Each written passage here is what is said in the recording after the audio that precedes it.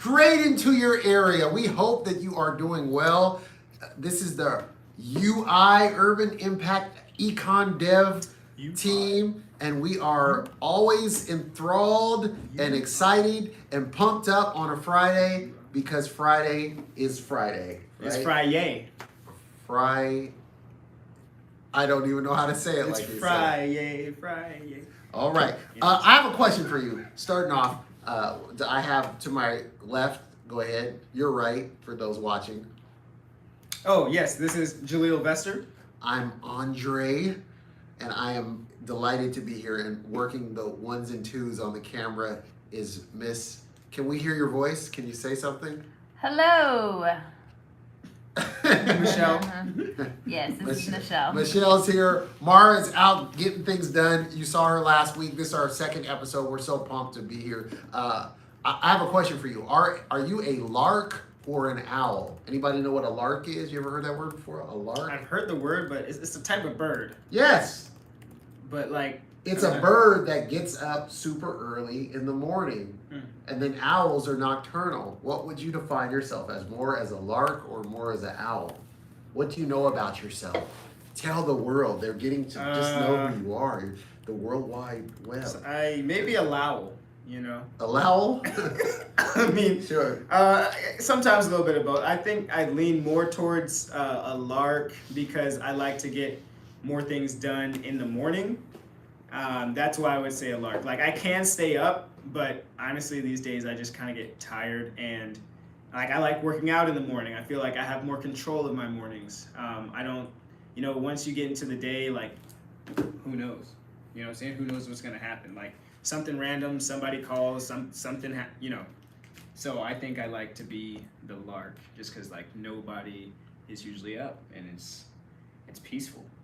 So you like the peace, and then you said you get tired in the night? Yeah. Yeah, I like staying up. What's the window when you feel that you start to power down? Honestly, I would say like past 9:45. Okay. I mean, it starts around 9, but like even past like Jen and I, we have a rule: we don't go to see movies late at night anymore because we can't do it. Yeah. Because one, you get weird people, very weird people. It's super crowded. Everybody's there, and so like we go in the day and like nobody's there. It feels very like exclusive, but then also just I fell asleep. I was watching The Flash. Well, that movie will put you to sleep because it's trash, but also it was late at night, so don't get me started on The Flash. But so I'll say lark because I like the peace. I feel like more control in the morning before everyone else is up. Peace, control, and I get tired. And you get tired. You said you hit the wall about 9:45. Yeah. Even before then, but you could really notice the significant tiredness at 9:45. 9:45. So lark for one vote for lark. Miss Michelle, whose voice we only heard off camera. Tell us what you are. Are you more of a lark or an owl? Which one would you identify with? Or neither? Is there a third category of some animal that wakes up in the middle of the day? I think I'm the lark is the morning. Yes. Yeah, I'm a lark once a week. And you see, I'm the same way. Like, man, it's like 9:30 and I'm just yawning. I'm ready to crawl into bed. So I'm not really either. I will say that I feel like I'm more productive in getting work done in the evenings. Like if I actually want to sit down and think and build something out, the evenings are really a good time for me. Mornings, I just really enjoy seeing, especially in the summer, the spring, seeing the sunlight. I do like to catch sunrises when that one day of the week that I will get up for a sunrise. I do enjoy mornings, but I don't know. Maybe I am a lark. So when you said the evenings, what time in the evenings is it that you find yourself at that peak time to get things done? When do you feel that your mind is clear and you're able to do those things? So for him, he talked about how, the quiet in the morning. You said the evening. What time frame would that be about? I would say kind of a window, or man, it just, you see, the thing about it is that in Washington or in Seattle, it changes because of the seasons. Because in the summertime we have the daylight until like almost 9:30, right? So for me in the summer, it's like last night I was roller skating till 9:30 p.m. Oh, that's what's up. Yeah, but in the winter, right, it's like at 4 or 5 p.m. it just 3:30. disappears. 3:30. Yeah, And so I feel like as soon as the sun goes down, that's when I'm like, all right, let's get to work. Oh, work. It's weird. But in the summertime, because the day is just like, it's 10:30, by the time that, you know, the sun has really gone off, it's like, oh, I'm ready for bed. So like you're a 1 day a week summer lark and a winter owl. Yeah. I like it. Yes. Yes. There you go. That was deep. Okay, your turn. You're more of a, and she's also more of a, of, you know, the Hebrew day. If you know, we reference the Bible at times because it's important, right? But the Bible talks about how you know, in the creation account, it says the first evening, the first morning, the first day. So the day began when the sun went down. So that's kind of interesting that you saw it as that for yourself at times when the sun goes down and I'm up, let's go. This is, let's make this happen. Let's focus. But I want to enjoy the daylight. Yeah, that's exactly Arizona has shorter days. We noticed that when we were in Arizona, the daylight is, but their mornings, you know, people start earlier. Even the construction, they do the construction at, let's say 4 a.m. or something, like 4 to like 12, and then at 12 noon they're pausing and they're waiting till it gets cooler again. Then they're going more again because they want to use it as the most productive time when it's not steaming hot or, you know, desert hot. Gotta be strategic. So for me, I found out, though my friends and everything would try to get me to stay up late, my most productive times were from 3 to 6 a.m. That window is a very powerful window for me because my mind is clear. I found out that's where I got that's how I finished college, actually, was by getting up at that time and doing all my homework at that time because the birds were even asleep. Right? You don't hear, it's just, and it was such a, and then you know, it just was a time of productivity. I enjoy that time. Now to train yourself, because the rest of my family, when you're a parent, you're a husband and a parent with children, is people want to stay up later. So that infringes on the ability to get up as early. I still am an early riser, but it's harder to get up because I go to bed later. I find myself getting, they always, my children tell me that if after 5 p.m. I'm grumpy. Snap. So it's after 5. It's like I'm a gremlin or something. You guys don't even know what that reference is. Where's Mara? My culture. Okay, gremlin. Shout out to the 80s. But the gremlins. Like I wasn't born until 97. Yeah, she has no idea. Michelle doesn't know. But if gremlins were these little adorable creatures, manguas or whatever, and then if you fed them after a certain time, they turned into these monsters that would terrorize them. Wow, I've heard the word gremlin, but I didn't know it was that deep. So I didn't know that whole story. So that's it. So they had a movie series, right? Because that's what you do, is you make movies and sell toys to children and make lots of money. But that was what I found, is that when everybody else wants to stay up, I'm starting to wind down at about 8 p.m. So if they're, let's watch a show, let's play a game, about 8:15, 8:30, I'm starting to feel it, such as to where I'm even nodding off. My daughter wanted to play a video game last night, and we're playing it, Kirby's Forgotten World or something. I love Kirby. And we're in Kirby, and she's so pumped that we're playing together. And my character, this is how halfway asleep I was. My character had died, and I didn't know it. She goes, "Dad, what are you doing?" She said, "You got defeated. Where are you at?" She's like, if you're going to play with me, you can't fall asleep. I didn't know I was falling asleep. I had the controllers, but I was nodding off because it was my lark nature kicking in, telling me that get ready for bed, time to wind down. So that was a good. So do you wake up at 3 a.m. every day? My body clock will wake me up a lot of times between that window. So the matter of whether or not I stay up and fight it, the most productive times is that if I do, no matter what, So it's a powerful time. That watch of the night is a powerful. There's a lot more to that. But we're also going to talk. We were trying to, discuss some of our favorite things we've been reading as of late, and which would be good to share with our UI community. We have a lot of people that are running your business currently and looking for some helpful tools and resources for your life. And we say reading is fundamental, right? Reading is good for us. Or Like if you're like vegetables. me, who just reading, you have to reread things. Sometimes it takes a couple iterations for it to really sink in. Audiobooks, but if you're like me, also who doesn't want to spend money on an audiobook, hit up YouTube and just type in the name of the book. Ooh, she gave a cheat code. And then put audiobook. And I've actually never have came across where the book is not on audiobook. Somebody's uploaded it up. Yes, out to somebody you has. uploaders. Yeah, thank you, YouTubers who do that, because it saved me a lot of money. And I'd prefer to buy hard copy books and have these than have some electronic version that I may not get access to in the future. Oh my gosh, that's one of the live trainings we'll do is how to read a book, how to get the most out of a book. Yeah. But let's somebody kick off the conversation. You go ahead. So since you have a book, why don't you give us a couple, maybe two or three things that you're getting, even one or two things that you're getting out of the book thus far, and which book you're chosen to highlight. Yes, so the book I'm choosing to highlight is Building a Story Brand by Donald Miller.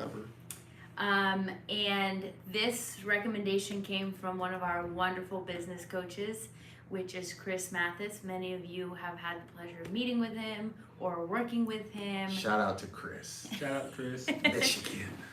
So, I was just looking for a resource on marketing, and Donald Miller does a great job. For me, I find that we've been talking about this for a while, but systems are really helpful. And, you have to figure out what systems work for you.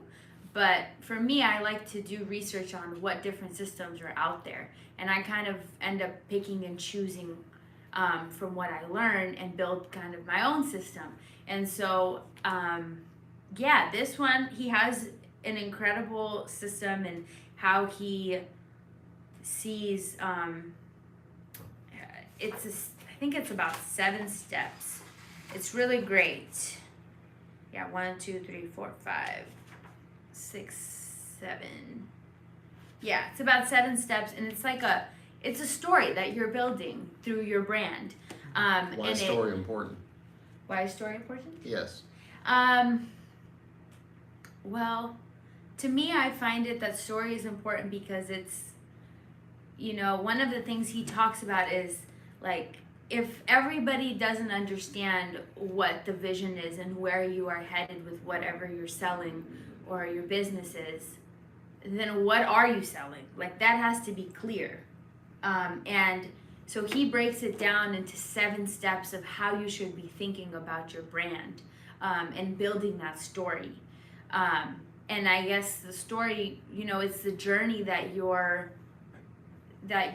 customer is going on. And one of the biggest things that I learned through reading this is that most of the times we see, a lot of people go into business because it's like, oh, I have this crazy thing that happened to me, or this emotional tie that I want everybody in the world to learn about, right? But in the end of what it changed my perspective about this, it's like, you're great, that's an awesome reason for you, but the reason that people are going to buy into your business is not because of you.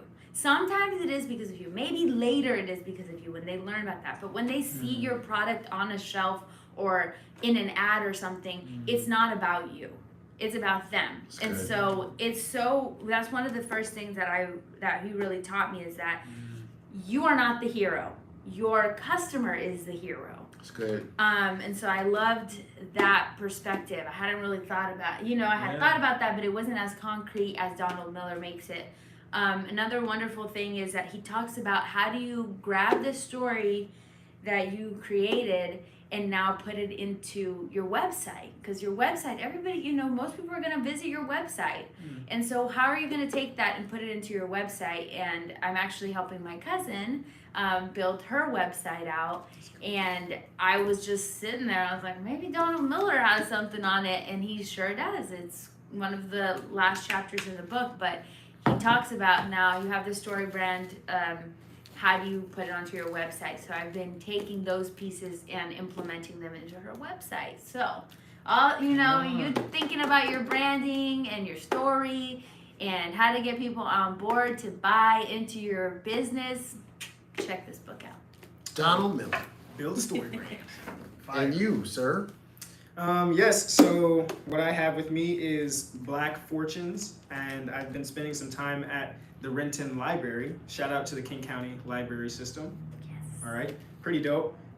Really nice venue too. Like you're right over Cedar River. It's quiet, except for some of the rascals that run around making noise, playing the games on the computer.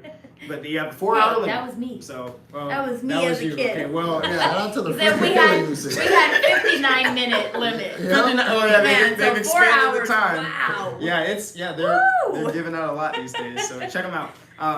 And well, anyways, actually they have a lot of resources for business owners as well. So I learned from Mara, the Seattle Library System. They can actually help you figure out like your niche product, your demographics, help you do research. So it is a free for you keyword. tool Free. that you can use. So like, if you have like, oh, I don't know how to do research for myself. Oh, I don't know how to figure out excuses. my target customer. There are no excuses. It's just effort. It's who, not how. That's another book that I've been reading lately. So before I talk to you about Black Fortunes, who, not how. Before he gets black on you. I've been black on you. Sorry. I'm about to be black on you. No, I'm just kidding. Anyways, who, not how. I believe you recommended that. Shout out to our director, Andre, recommending Who, Not How to me. So that book is by, you remember that's by? Dan Sullivan. Dan Sullivan. And Dr. Benjamin Hardy. And Dr. Benjamin Hardy. Oh wow, because they did Gap in the Game together too, right? Oh yes, they were a series of it. Yeah, they're good. Okay, wow. Anyways, so Who, Not How, that's a very, very good book. It was really good for me because I come from a background of work, hard work, do it yourself, figure it out. 7-job mod. Oh yeah, I mean, if there's a problem, I find the solution. You know what I'm saying? So, like, He's not mocking Jamaicans. He is Jamaican. My mom's Jamaican. There we go. So all right, yeah. Shout out to Jamaica. Yeah, shout out to my people. Okay, anyways, let me get through this. It was really profound because I came from this mindset of if there's a problem, I need to solve it. How do I do this? Me. How do I figure it all out myself? And obviously, like, there's a point where that just gets very stressful. And then you do hit a capacity limit where you'll reach a level of burnout. And so, like, you're trying to be all things to everyone. There's a point where you can't be all things to yourself. It's real. And you have to start finding, okay, who can help me figure out this next piece? And it's like this bottle can't fill itself. Literally, it can't. You have to have some kind of outside source to pour into it so that it can pour out again, and then you got to go get poured into. And so Who, Not How essentially kind of teaches that concept of, instead of thinking about trying to do everything yourself, figure out the who that can help you get there. It might be in the form of a partnership, it might be in the form of a mentor, or an institution. But there are who's out there that can help you, and you'll be more powerful for the connection and the collaboration than you would if you tried to do it yourself. And this kind of also plays into abundance mindset.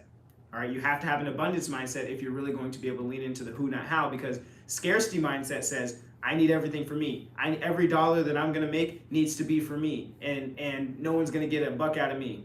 But who, not how says, hey, maybe I split 50-50 with this person, and we're gonna go make $2 million. Whereas by yourself, you can make, 100,000, 500,000. Like partnerships become exponential. Whereas, you get to multiply with partnerships, whereas you're adding with yourself. So that was another concept that I really learn. So shout out to those authors and to our director for putting me onto that book. Well, I feel like I had a chance to talk, so maybe you can talk about one of the books that you got in your hand. We were just waiting for you to get black on us. But Well, actually, now that you've said something, it's time. Oh no.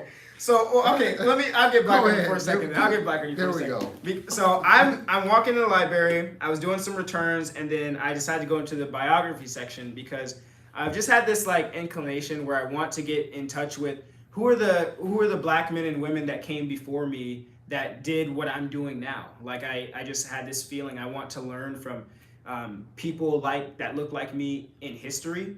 And I mean, I know that the times that they came through, they really had to innovate. And so I was looking through the section, and of course I was seeing a lot of people that didn't look like me, a lot of presidents and entrepreneurs and such. But bless the Lord, I found the black book.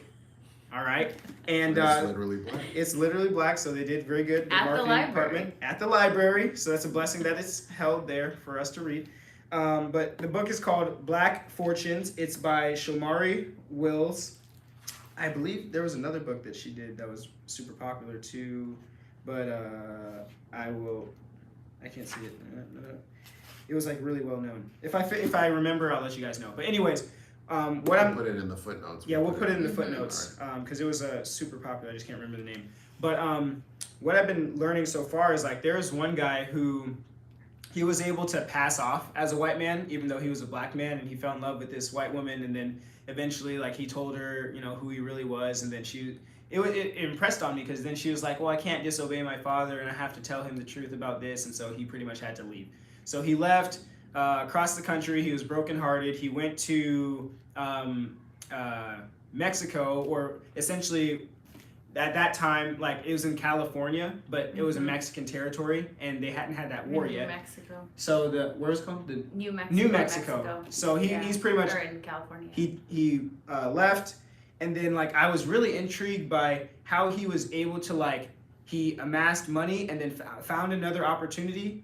And then made money that way, and then looked at the market, and then made money that way, and then he was able to get out, and so he was really privy with the times and how he was able to raise money, find another problem, and then create a solution, raise more money, and then like his ventures just got bigger and bigger, and then it was unfortunate that like eventually, you know, he died without a will, because for whatever reason, and so some guy, a white guy, went and found his mom. Which it is what it is. All right, the truth is the truth. Like, and for that guy, he was very brilliant, right? That guy saw an opportunity. So actually, this is a great platform. We can't blame other people. I don't care what race you are, Indian, white, black, Mexican, whatever. You can't blame other people for finding an opportunity and taking advantage of it. If he would have built a will that said what to do with his wealth, then we could still to this day be able to see the house of the first black millionaire.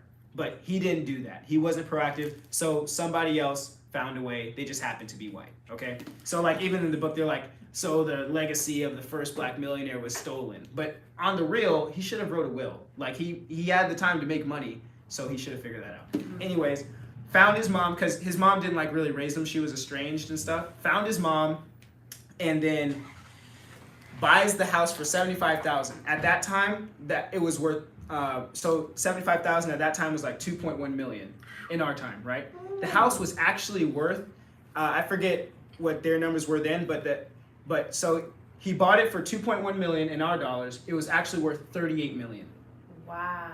It was actually worth $38 million. It was an estate. It was a house, but it was like a whole estate, and he used that home. Politicians would come out there, and then it was gifted to him by the Mexican government, and he was like popular with them, and then eventually it was like the political hub, and then eventually like, he chose the American side during the Mexican-American War, and then he became like an ambassador or something out there. But so anyways, like he did what he did, and he built fortunes. You know what I'm saying? But then it got bought for less than a quarter of the cost. It was worth $38 million in our dollars. It was bought for 2.1. Wow. Because someone else found an opportunity. You know what I'm saying? So, anyways, and then there's the stories are going on. I'm learning a lot. So what's hitting you? What's a principle that they could take and run The with? principle that I'm learning that you guys can take is play your business like a game of chess. I'm noticing, like, looking backwards or like looking back into history, he found an opportunity, he spent years building a business, and then he saved so that when he saw another opportunity, he was able to take those savings and then move them into another venture. And then essentially his plays just got bigger and bigger over time. And then, like, who knew that he would eventually add enough value to the Mexican people for that government to gift him the largest amount of land in that area? Like, you don't know what can happen, but he was positioned for it. So it's like, that's what I was learning even just in his story alone, of like, hustle on that business, but put money away because there will be another opportunity at some point. And even for the guy that bought his home for the 2.1 million, like, it was worth 38 million, but that guy must have did something to save enough money to be able to go find his mom, so to cover his own travel expenses, find that guy's mom, and then buy the property for pennies on the dollar. But obviously he wasn't broke either. So that's kind of lesson. I love it. I love it. I love the fact that there's an array of stories that people can collect. There's so many more to explore. He's going to uncover so many more in the books, and I love the fact that you're mature enough to dissect it for yourself and figure out what you process. That's the good process of when we read books, is that, or you're hearing information from someone, as I always tell people, to eat the meat and spit out the bones. Get the parts that are going to be applicable to you and then spit out those things that are not going to be useful. You don't have to agree with, if you're agreeing with everybody on everything, then that means you don't have a stance. You really have no spine. So I want to hit a couple of them. I know we're running out of time. What time? How much time we have left? It's 4 minutes. 4 minutes, perfect. That's good enough. I'm a minute for each book or less, right? So we have. There's Life is Tremendous. I believe that the greatest investment that people can make outside of their relationship with the Creator is in their mind, and then after that, of course, in relationships, and then after that, in their business. A business is powerful because it's built off of relationships and commerce. And for our entrepreneurs to invest into keeping your mind sharp, knowing how to keep your mind proactive, knowing how to keep a growth mindset rather than a fixed mindset, a mindset that is constantly about expansion and growth and putting in work and getting better and refining, rather than believing that you just have a limited amount of intelligence and there's no way you can get better at it. That's for the birds. That's the ice age. But the reality of it is you've been given a mind that is brilliant, that can be cultivated and developed, and every thought is a seed, every action is a seed, right? So this Life is Tremendous book was powerful to me, and I'm not done with it because there's parts that I close it. I read like couple pages and something hits me and I absorb it and I say, wow, that was powerful. One of the things he said opening in the early parts of the book was that he said, it's a very short book. It could take you literally 3 minutes to read if you're a speed reader or less, right? But he talks about when you take notes on something or you hear something said from a speaker, he said, don't write the thing that they said, write the thought that you had when they spoke those things. Oh, wow. That's good. That changed my life. That's good. Mm-hmm. Because now you're really getting in touch with your thoughts. You're really getting in touch in what sparked you to even want to write it down. You heard something that they said and you thought a thought, but most of us don't know to write the thought that sparked up, that was innovative, that was creative, that could help solve a problem, but we're writing their very words down. Then we go back and look at the notes and it doesn't hit the same way because it wasn't supposed to hit the same way. That moment of inspiration is what, is capturing it. Another thing that I've done was also, I'll make like an action list. Because a lot of the times they're dropping knowledge, but it's like, okay, great. How am I going to turn this into action? What will I do with this knowledge? That's good. Yeah. So turn it into a directive. List. Yeah, turn it into a directive. Good. A mentor that poured into me, and the man is a billionaire. Too much time to talk about that relationship, but one of the things he said was that every book that he reads, he turns them into directives. So he reads through it, but then he goes back to the directive action that even Michelle was talking about. So this book is powerful. life is tremendous. It really is if we make it that way, right? 24 assets, we'll dig into these deeper, but 24 assets create a digital, scalable, valuable, and fun business that will thrive in a fast-changing world by Daniel Priestley. This book really lays out how the importance of shifting your mind to being about assets, and what are the brand assets that you have? What are the intellectual property assets you have? This really is just the way that we need to think in terms of business. If we want something that will last, if you want something that will remain, there's a verse in John 15 where the master says that he wants us to have fruit that remains. He wants us to have fruit that lasts. You don't want to do something and it just fade away. You don't want to just be a trend that's hokey and that's gone, that's here today, gone. And remember when the glory days, that business, and now there's nothing to remind us that it was here besides a couple memories in somebody's head. No, create a business that will last. And then this last one goes in alignment with the one that he talked about, Who Not How, which is buy back your time. And this is by Dan Martell. And this really deals with understanding the high value premium of your time and what things you need to take off your plate that are draining your time, that there are others. And he talks about the buyback rules, right? Of how to buy back your time. There's a scripture that says, redeem the time for the days are evil, which means redeem is to purchase or to rescue from harm, to buy back, to stop from loss. And so this idea of taking the things that are high value, putting your time into that are the kind of the key performance indicators or the high profit things that you're doing in your life or in your business that are profitable. Focus on doing those and maximize the time doing that by getting these strategic relationships and alliances of people who you could hire to do those other tasks. So and a perfect example is that if you were to set an aspirational rate, this principle's been taught by a lot of people, but it's just becoming more popularized now, and it's been done for years by large corporations, which is if you set your aspirational rate at, say your aspirational rate of hourly rate is $500 an hour. Well, if there's something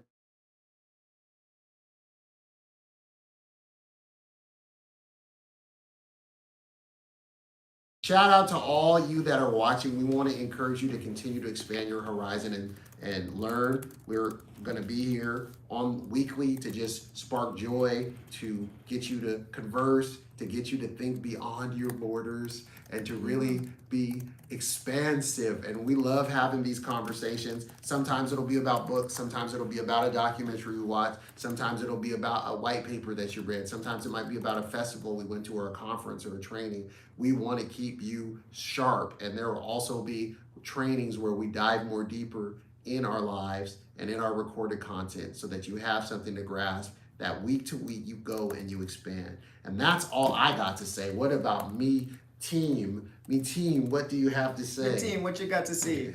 I actually am super happy to be able to do this stuff. This is something that Andre has been talking to us as a team about doing for a minute. And so now that we're taking action, we're also in our own processes. We have our own dreams and goals for our team, and everything's a process. So just know that you're not alone. Like, you guys have goals that you're trying to do, and maybe it's taking a little bit longer than you think it should, but sometimes that time in the interim is the time that you have to spend to grow. Like, lately on my mind has been the bamboo plant. The bamboo plant, it grows down for years and years, and until you almost forget that it's there, and then almost as if miraculously it shoots up in growth. And so I just been really pondering that plant for a minute, because it's I feel like it kind of represents me in my own journey, and it might represent you as well. You might think, okay, I want to be here, I want to be that tall plant, this forest of bamboo, everyone can see it, but you have to know that bamboo is growing down, it's getting roots, and it takes years to do that. So don't despise your years of roots, don't despise your foundation, because your growth shoot up will happen at some point, and it might be soon, it might be later, but you have to dissociate from the timeline and get rooted maybe, or just fall in love with the process of growth, And so I feel like I'm honestly preaching to myself in that. But don't rush the process. Trust the process. Trust the process. That's what one of my mentors says. It's real. Shout out to ET. Good stuff. Miss Michelle, do you have anything? for the people as we're... Everything Jalil was saying. No, like Yeah. actually. That's exactly. I was sitting here kind of dozing off, and I was like, I'm going to look like I was dozing off. But I really was, because it's like sometimes I feel like I'm moving too slow. But it's not that. It's that I'm really being critical in my planning stages so that the foundation and that groundwork, and I'm digging down before I can build up. And we talk about, assets and legacy, and like what are the seeds that we're sowing, and for how long will they be here? So being stronger in what you're in that foundation and what you're building is only going to take you so much further. It's only going to help so many more people. And so that's exactly what you're saying. That's where I'm at too. Amen. We'll close out by saying this. We have read a verse that jumped out of a passage that we read, and it said to put the instructions of our Creator on our neck, or on jewelry, or on our doorpost, and to just keep it at the forefront, so that we would not think that it's by our own strength and ingenuity or wittiness or giftedness or our anointings or skills, whatever you use. I don't know where you're at in your faith journey. You may have no faith at all. You might just have faith in yourself. But it's not by us. There's someone greater than us who loves us and who cares about us. You have a purpose. You have a destiny. Your business can flourish. Your life can flourish. Your life can be in alignment. And we want to encourage you to know that we have tools and resources, and whatever we share that's beneficial to you, take it and put it to use. And we'd love to hear your feedback. Drop us a line, give us a comment, share it out, subscribe, all the YouTube stuff that you do in real life. Like, share, and subscribe. Share, subscribe, comment. Help us beat the algorithm. The algorithm doesn't like positive stuff a lot of times. If you guys are watching live right now, put something in the chat so we can say hello. Yes. I know Cece from our Thrive program is on the live with us. So yes, she asked for all the names of the books, so I put them in the chat real quick. But I will also include them in the notes. In the notes after this live is done. So we thank you for tuning in. Tune in next week. Same bad time, same bad channel. We'll have something for you. Bless you. Go get your black fortune. Bye, everyone. Have a great weekend. It's time to get black.